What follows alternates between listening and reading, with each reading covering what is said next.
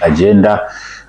Kama ilivyo kawaida, leo tuko mubashara kutokea chuo cha sayansi za afya Kolandoto, ambako tumekuwa na majadiliano kadha wa kadha kwenye kipindi chetu hiki cha Morning Agenda.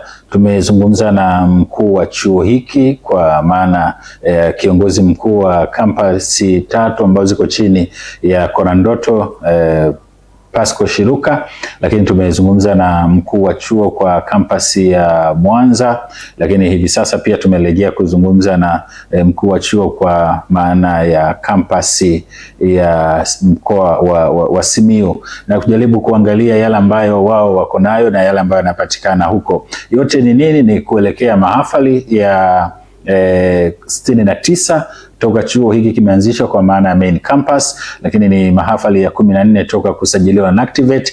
Lakini kwa campus ya Simiyu, pengine kwa mujibu wa maelezo ya kiongozi mkuu wa chuo hiki cha Kolandoto, hii ni mahafali ya 8. Mkuu, habari za asubuhi. Salama, habari za kwako? Njema, hongera kwa kuwa sehemu ya matangazo yetu haya ya moja kwa moja kupitia runinga ya Inland Television. Asante sana. Kuna mtu ambaye anakutazama hivi sasa, ni vizuri pia tukafahamu utambulisho wako vizuri kabla ya kwenda kuiangazia mengi ambayo tuko nayo. Sawa. Kwa majina yangu naitwa Pascalina Laiza, maarufu kwa Madam Laiza. Ni mkuu wa chuo wa kampasi ya Simiyu. Iko mkoa wa Simiyu, wilaya ya Busega. Ni kilomita 10 kutoka Lamadi. Kwa maana eneo la Mkula. Ndio. Tusaidie angalau kufahamu kampasi hii ya Simiyu kwa maana eneo la Lamadi, Mkula, ambavyo ninyi mko karibu kabisa na hospitali ya Mkula Hospital, mnatofautishwa tu na gate. Hiki ni chuo cha namna gani, lakini pia mnatoa kozi gani kwa eneo lenu? Chuo chetu ni chuo cha kanisa African Healing Church, na tunatoa kozi ya uuguzi na ukunga kwa sasa. Ndio. Japokuwa tumesajiliwa na tumepata usajili kamili, tumepata na ithibati, tumekaguliwa na Activate. Kwa hiyo tuna uhuru wa kuongeza pia program zingine. Ndio. Kutoka sasa. Lakini kwa sasa tunatoa kozi ya uuguzi na ukunga. Najua mkoa wa Simiyu mpo mnafanya vizuri. Pambanuaje kama Kolandoto campus ya Simiyu kwa mzazi ambaye anawasikiliza kwa ukanda huo? Tunajua kuna watu wa Simiyu, kuna watu wa Singida, kuna watu wa mkoa wa Mara kwa maana ya Bunda na maeneo mengine wako karibu sana na ninyi hapo. Kwa nini wazazi wawaletee watoto campus ya Simiyu kwa maana ya Mkula? Mmejidhatiti vipi katika kumjenga mtoto na kutoa product iliyo bora kwa engo ya ukunga pamoja na uuguzi? Nashukuru sana mtangazaji.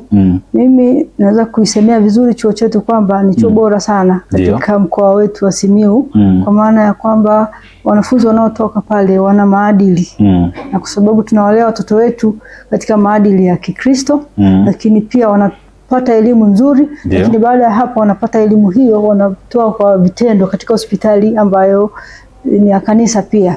Lakini pia sisi wanafunzi wetu kwa jinsi ambavyo tunawalea, wakitoka pale ni product ambayo kila mtu anatamani akafanya kazi. Inakuwa imekamilika.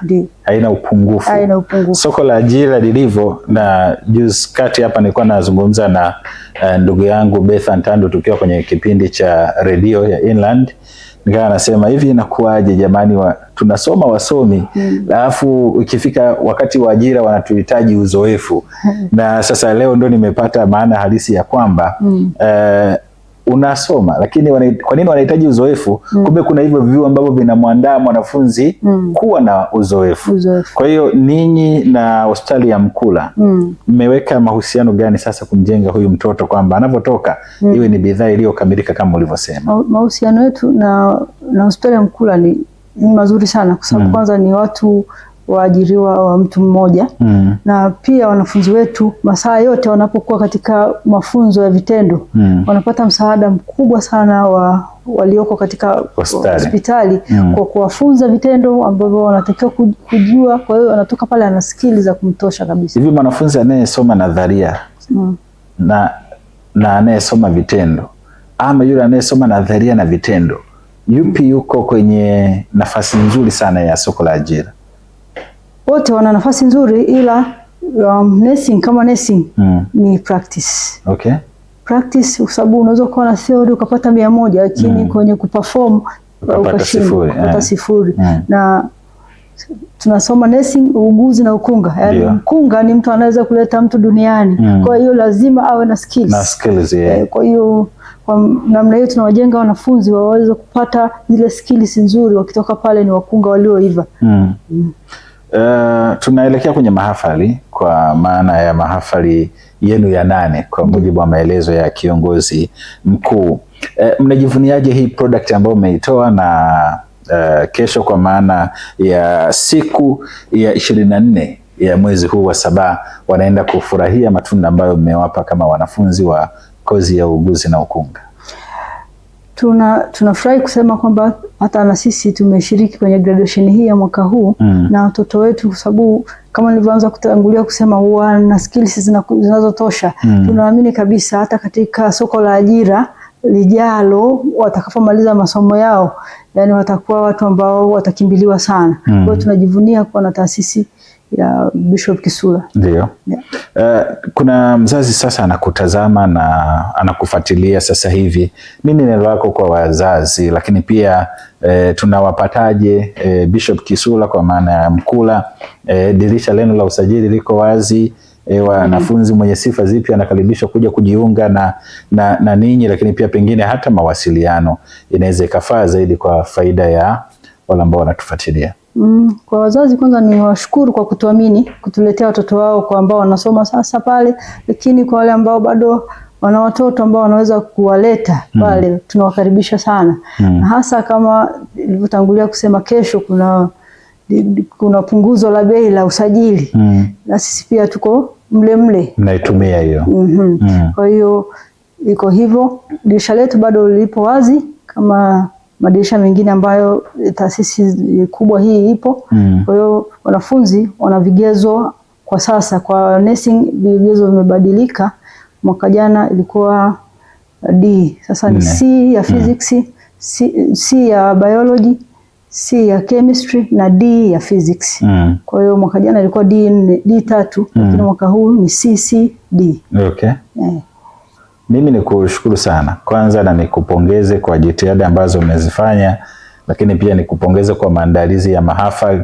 Ninaamini kesho itakuwa siku nzuri kwa sababu jana nimepata nafasi ya kuona wanafunzi wako miongoni mwa vijana ambao wanaweza pengine wakipata nafasi ya kutumbuiza ama kusherehesha tukio la kesho, inaweza ikawa anatoka chuoni kwako. Mimi nikushukuru, nikutakia asubuhi njema. Asante sana. Umeniuliza mawasiliano pia, labda namba ya simu ni 07 ndio 84721211. Hiyo namba ni ya kwangu, masaa yote 24 inapokelewa. Unaweza kairudia? 0784721211. Sawa. Mimi nikushukuru, nikutakie maandalizi mema ya mahafali, lakini pia siku njema na majukumu mema uwapo eneo la Mkula Simiyu. Na mimi sisi kama Inland tuko pamoja nanyi kwa uzuri zaidi. Sawa, mtazamaji wetu wa Morning Agenda, wewe ambao unatufuatilia asubuhi ya leo. Haya ni matangazo mubashara, ama matangazo ya moja kwa moja ambayo yanatokea hapa kwenye Chuo cha Sayansi za Afya Kolandoto. Tukiwa tunazungumza na viongozi na watu kadha wa kadha ambao kwa pamoja tumepata abra ya kuwa sehemu ya maadhimisho haya ya mahafali, kwa maana ya mahafali ya 69 toka chuo hiki kuanzishwa, lakini mahafali ya 14 toka kusajiliwa na Activate, lakini kwa kampasi ya Mkula kwa maana ya wilaya ya Busega mkoa wa Simiyu ambao tumetoka kuzungumza hapa, na Madam Liza ametueleza wao ni mahafali ya 8, lakini pia ulimsikia mkuu wa kampasi ya Mwanza Ole Saitabau ambaye yeye ametanabaisha vizuri sana na kuambia haya ni mahafali yao ya 3. Uendelea kulambaza nasi, endelea kutazama Inland Television kwa wewe ambao unatufuatilia kupitia kisimbuzi cha Azam Dish namba 8 ili uweze kuwa pamoja nasi. Sisi bado tumekita kambi hapa kuzungumza na viongozi, wadau mbalimbali, wanafunzi, wazazi, walezi na pengine pia tukipata habla kuzungumza na mgeni rasmi kwenye maazimisho haya na vitu vingine vyote vingi. Waendelea kubaki na sisi, usiondoke kando ya televisheni yako. Kwa sasa wacha tufike Kaditama. Langu jina ni Kadash, Peter Kadashi, kijana mzee Ruben Kadashi, lakini niko na ndugu yangu Pasco Sumuni. Sote kwa pamoja tunahakikisha matangazo haya yanakujia mubashara kabisa kupitia Inland Television. Endelea kubaki na sisi.